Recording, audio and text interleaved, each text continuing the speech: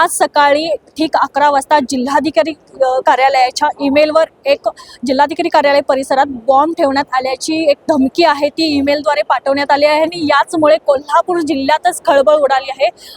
मी सध्या जिल्हाधिकारी कार्यालय परिसरामध्येच आहे। तुम्ही पाहू शकताय की या परिसरामध्ये आपत्ती व्यवस्थापनची टीम आहे, ती शोध मोहीम आहे ती सुरू केली आहे। एकंदरीतच 2 तास झाले त्या जी धमकी आली आहे त्यानुसार शोध मोहीम आहे ते आपत्ती व्यवस्थापनकडून करण्यात येत आहे। आपण आपल्यासोबत सध्या आपत्ती व्यवस्थापनचे अधिकारी आहेत, आपण त्यांच्याकडूनच जाणून घेऊया। सर, ईमेल नेमका किती वाजता आला आणि ईमेल मध्ये काय लिहिण्यात आहे? ईमेल आपल्याला साधारणपणे 11:30च्या दरम्यान प्राप्त झालेला होता। त्या ईमेलमध्ये तो जो ईमेल आय डी आहे तो साऊथच्या एका मुलीच्या नावाने दिसतोय, तो हॅक केला आहे असं आपल्या लक्षात येतं आहे।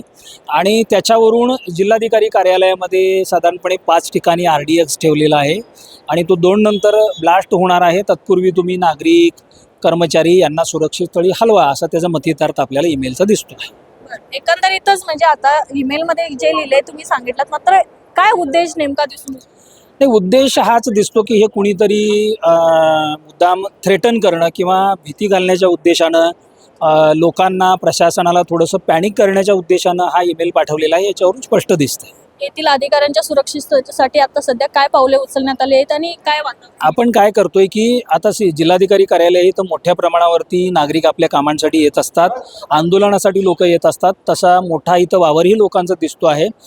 सर्वच कार्यालय न रिकामं करता आपण बॉम्ब डिस्पोजल स्क्वॉडसोबत माननीय जिल्हाधिकारी महोदयांच्या आदेशाने जे आपण डिस्कस केलं त्यानुसार एक विभाग आपलं चेक करायचं सुरू आहे आणि ज्या विभागामध्ये चेकिंग करायचं त्या विभागातले सर्व कर्मचारी बाहेर काढून, तिथले नागरिक बाहेर काढून, तिथली तपासणी पूर्ण होत नाही तोपर्यंत आपण त्यांना बाहेर जायला सांगतो आहे।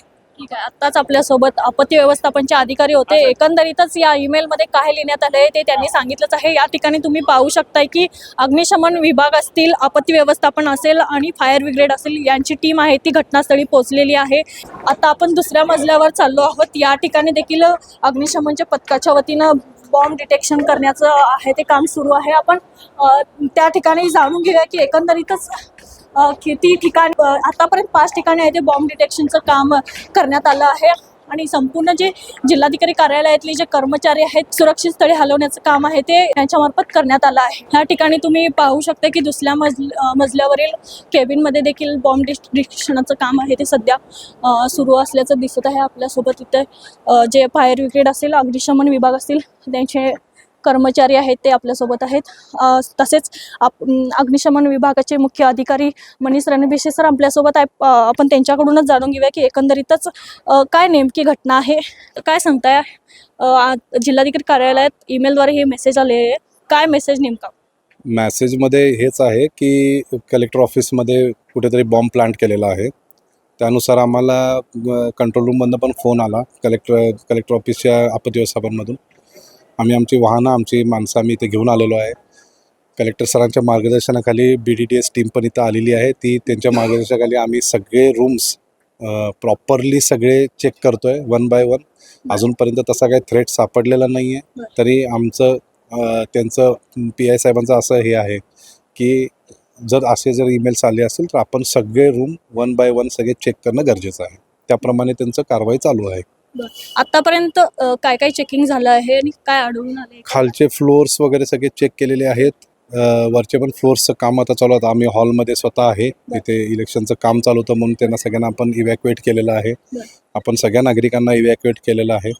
आता सध्या सर्चमध्ये जर अशी काहीतरी वेगळी वस्तू दिसली असेल रोजच्यापेक्षा तर आम्हाला कळवा, असं BDDSनी कळवलेलं आहे। त्याप्रमाणे आपण त्या पद्धतीनं सर्चचं काम चालू आहे।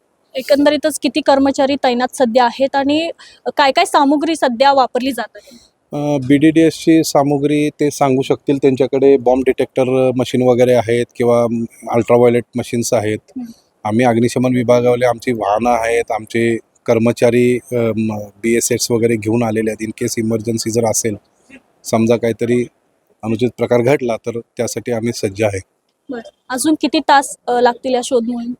आता सध्या खालचा फ्लोअरच झालेला आहे, वरच्या फ्लोअरचं काम चालू आहे। त्याचा फ्लोअरचं काम झाल्यानंतर मग आपण बाहेरचा प्रिमायसिस पण चेक करणार आहे। त्याला 1-2 तास लागतील, सांगता येत नाही। ठीक आहे, आत्ताच आपण जाणून घेतलो की एकंदरीतच बॉम्ब डिटेक्शनचं काम आहे ते सध्या सुरू आहे. या ठिकाणी तुम्ही पाहू शकताय की मशीनद्वारे आहे ते प्रत्येक ठिकाणी आहे ते सुरक्षितरित्या सूक्ष्मरित्या आहे ते बघितलं जात आहे. सध्या या हॉलमध्ये मी उभी आहे. या हॉलमध्ये इलेक्शनचं काम सध्या सुरू होतं आणि या कर्मचाऱ्यांना सुरक्षित ठिकाणी हलवण्यात आलं आहे. या ठिकाणी तुम्ही पाहू शकता की जे काही डॉक्युमेंट्स वगैरे आहेत ते सगळे इथे सोडून ते सुरक्षित ठिकाणी सध्या आहेत. आता आपण ह्या ठिकाणी तुम्ही पाहू शकता की बॉम्ब डिटेक्शनचं आहे ते मशीन आहे ते संपूर्ण सूक्ष्मरित्या आहे ते पाहण्यात येत आहे. आता ही जी इलेक्शनचं काम चालू होतं ते सध्या संपली आहे. आता पलीकडच्या रूममध्ये आहे ते सध्या आहे ते बॉम्ब डिटेक्शन शोधसाठी आता सध्या जात आहेत. किंवा आणि कोणतं ठिकाण राहिलं आहे का ह्याची चौकशी देखील या ठिकाणी सूक्ष्मरित्या करण्यात येत असल्याचं सध्या दिसत आहे. खरं तर 11:30 वाजता हा मेसेज आला होता आणि सौदच्या मुलीने धमकी दिली होती आणि 5 ठिकाणी अडेक्स बॉम्ब असल्याचं देखील त्या मेसेजमध्ये सांगण्यात आलं होतं.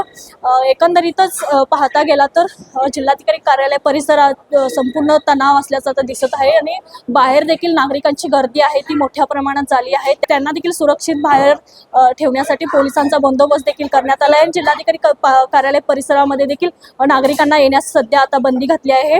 नेमकं बॉम्ब डिटेक्शन होण्यास आणखीन किती काळ लागणार हे आता अजूनही सांगता येत नाही. मात्र अग्निशमन विभाग असेल, फायर ब्रिगेड असेल किंवा या सर्वच टीमच्या वतीनं आहे ते बॉम्ब डिटेक्शन करण्याची प्रक्रिया आहे ती जोरात सुरू असल्याचं चित्र सध्या आपल्याला ह्या ठिकाणी पाहायला मिळत आहे. कॅमेरामन आकाश कांबळे सोबत मी अमृता पवार, जनप्रवास लाईव्ह, कोल्हापूर.